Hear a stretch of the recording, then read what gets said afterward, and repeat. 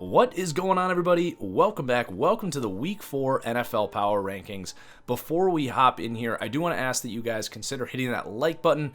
It really does help out the channel more than you know. Really helps share the video, have it do better, get more views, all that stuff is the easiest way to support the channel. So if you enjoy the Power Rankings every week, do remember to please hit that like button. All right, let's get into it here. Starting at number 32. No movement here. The Miami Dolphins really just have a hard time seeing this team moving from this number 32 spot. I do think they're actually a tier below the next best team in the NFL, whoever you decide that is.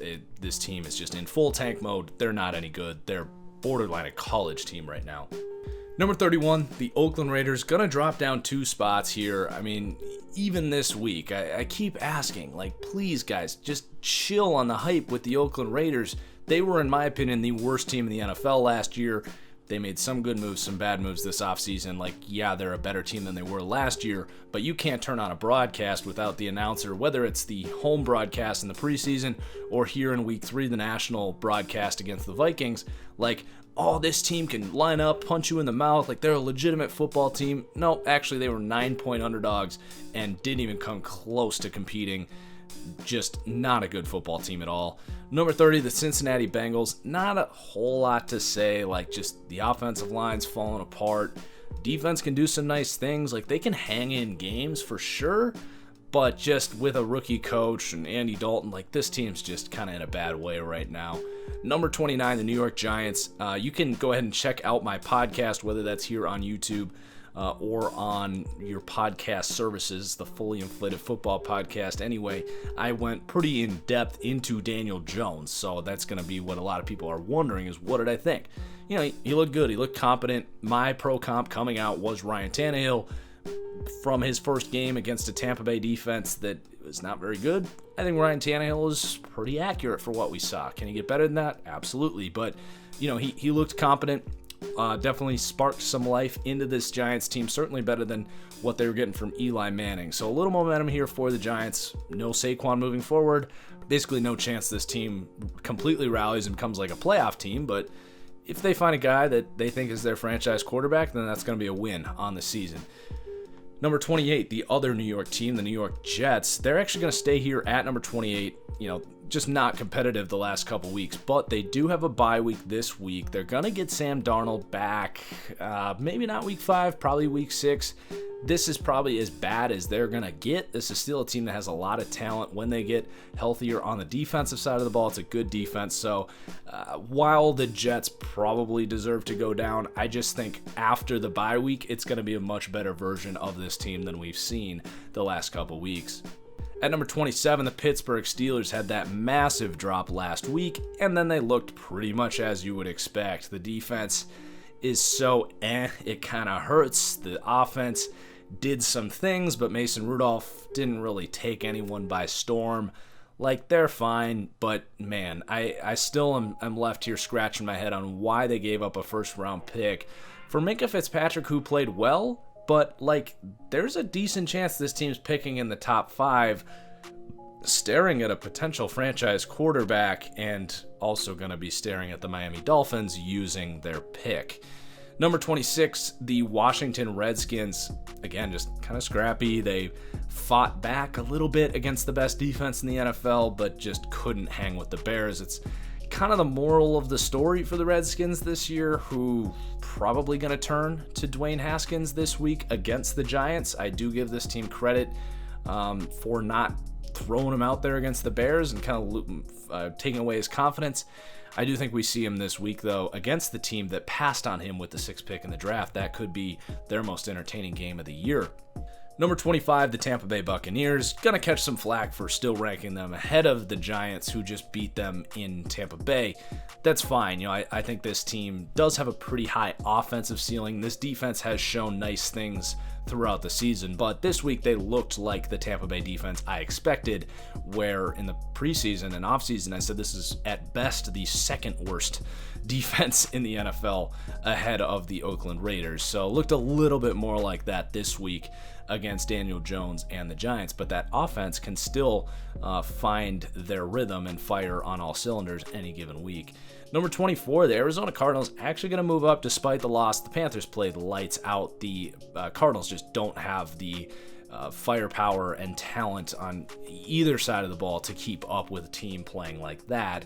Kyler still looked pretty good. Yeah, he only had like 200 yards on 35 completions. He did try to move the ball downfield. It just wasn't in the works this week. But just as we've seen from the Cardinals for the last or first 3 weeks of the season, they're going to have the better quarterback on the field in a lot of matchups. I think Kyler has been every bit as good as advertised and is already one of the most accurate throwers in the NFL. So while this team is probably multiple seasons away, they're a new defensive coordinator away, and just being a more physical team away from being any kind of competitor, they are going to be in a lot of games because I do think Kyler is a fantastic quarterback.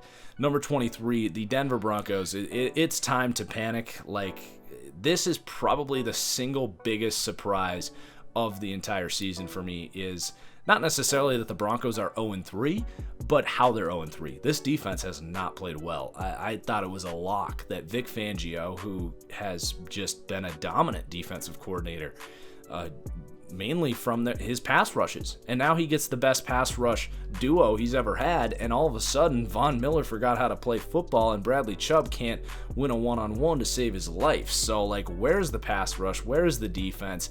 This offense is not good enough with Joe Flacco to come in and like win games with offense. It's just not going to happen. So I still think the upside is there for this to be a really good defense, but they got to show it fast.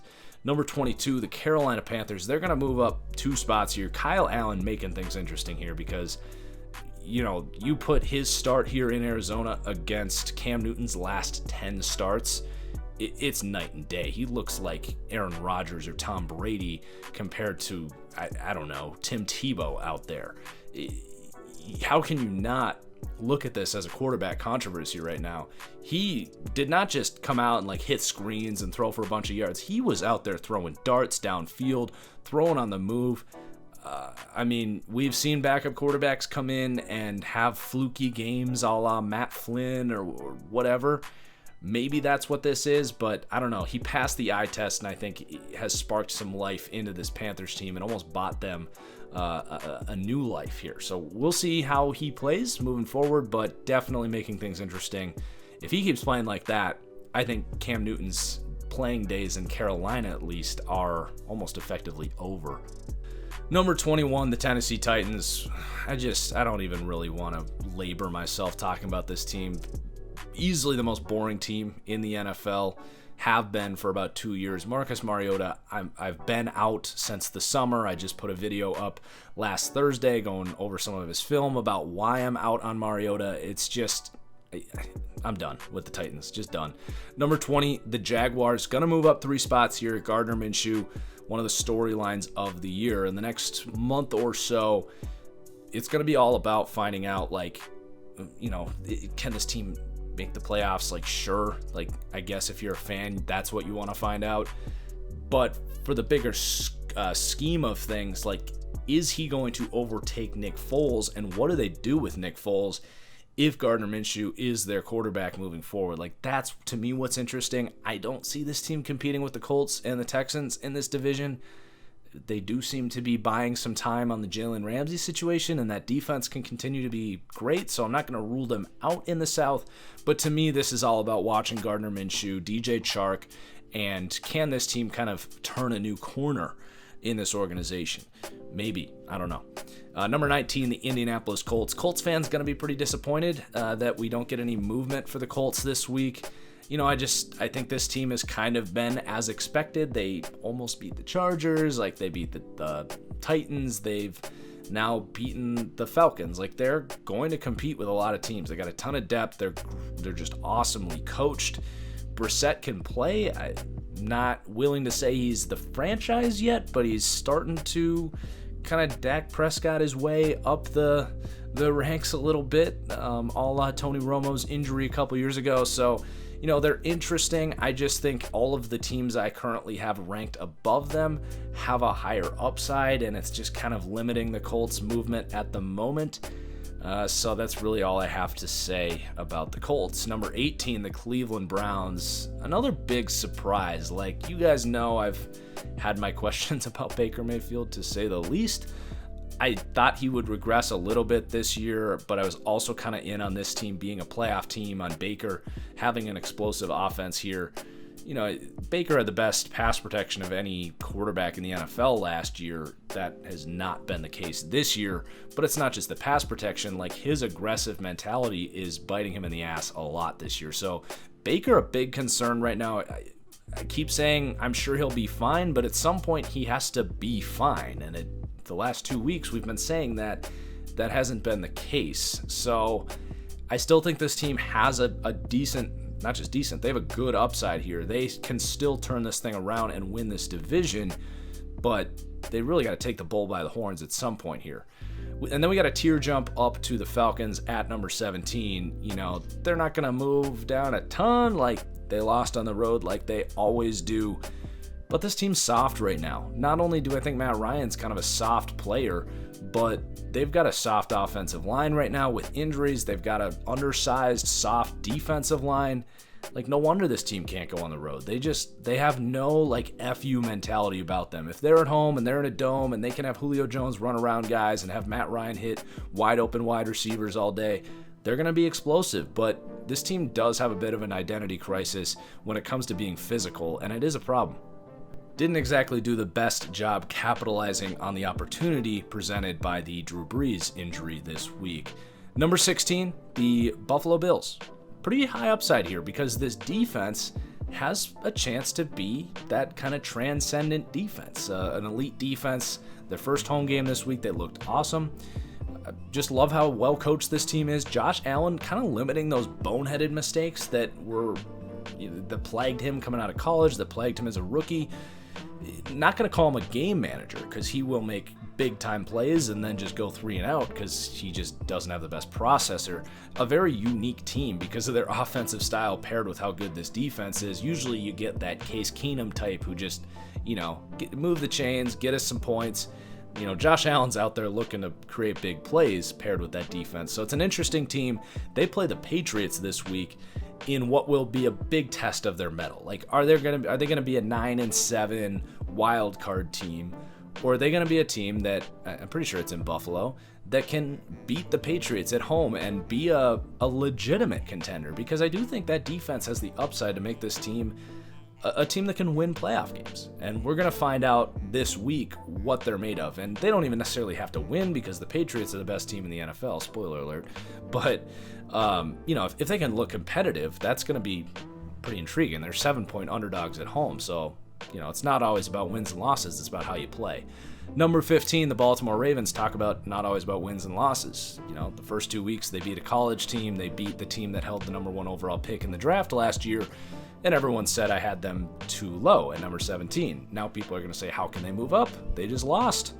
Look, Lamar Jackson continues to kind of prove my concerns wrong as far as his accuracy is concerned. But I also talked about this on the podcast. The narrative this week is that Lamar Jackson went punch for punch with Patrick Mahomes, that he played great in Kansas City, that he kept his team in the game, that he fought back. You dial up the tape, and that's BS. That's all narrative. Lamar Jackson did not play well in this game. You can call me a Lamar Jackson hater, that's fine. I just react to what I see. And I did not see a very good quarterback in that game at all. I'll shy away from saying he was egregiously bad, but, you take away Mark Ingram just going off this week and 2 egregiously bad, not even bad because one of them was on 4th down, but 2 just total F-it throws that magically resulted in big-time completions at the end of that game that made it look like he was coming back. Make no mistake about it, those 2 big plays to Willie Snead and Seth Roberts were raw luck. So, he has some concerns as far as going punch for punch with a legit playoff team like Kansas City, but in this AFC North, who else is going to take this division? So can Baltimore win 9 games and win the division? Absolutely. But for the Bleacher Report narrative of the handshake between Lamar and Patrick Mahomes, shaking hands after the game saying, we'll see you in the AFC Championship, maybe for the Chiefs, but I'm definitely on hold as far as the Ravens being a team that can even win playoff games at the moment.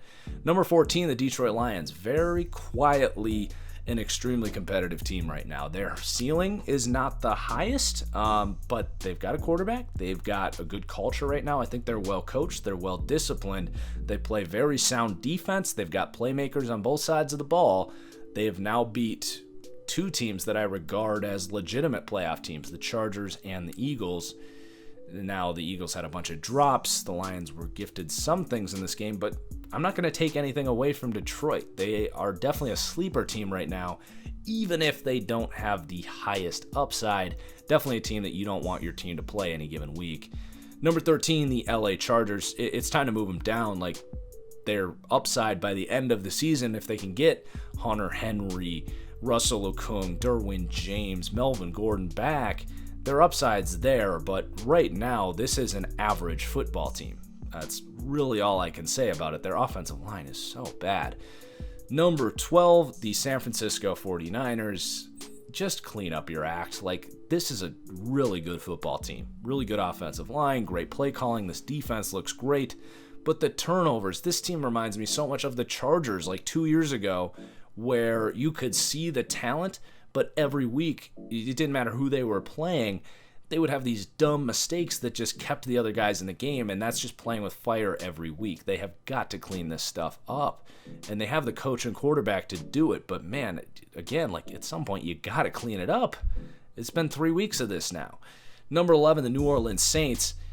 Kind of a hard team to rank right now. I actually picked them to beat the Seahawks in my weekly picks this week. Shameless plug. Head over to my Patreon if you want access to my weekly picks. But, that was a huge, huge win because this team needs to buy wins until Drew Brees comes back. They have the Cowboys this week. So looking at their schedule last week, we kind of said if they can get one of those against the Seahawks and the Cowboys, it gets a little easier after that. And then they get Drew Brees back. This team can find themselves in the top 3 or top 5 at worst by the time the playoffs roll around.